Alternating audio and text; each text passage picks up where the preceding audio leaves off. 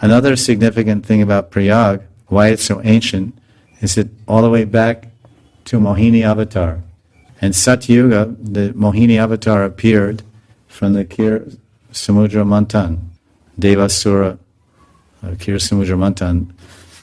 The Devas and the Asura were churning the milk ocean, and then Mohini came out with a pot of nectar, and they were tussling, and they were some fight over that pot, demigods and oh, give me that.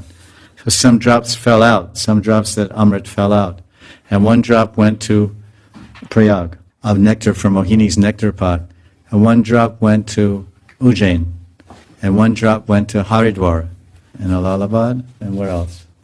Where's the fourth? There's 4 places where there's Kumbh Mela.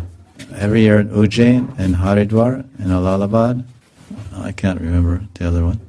Anyway, this nectar fell there millions and millions of years ago in Satyuga and Prayag.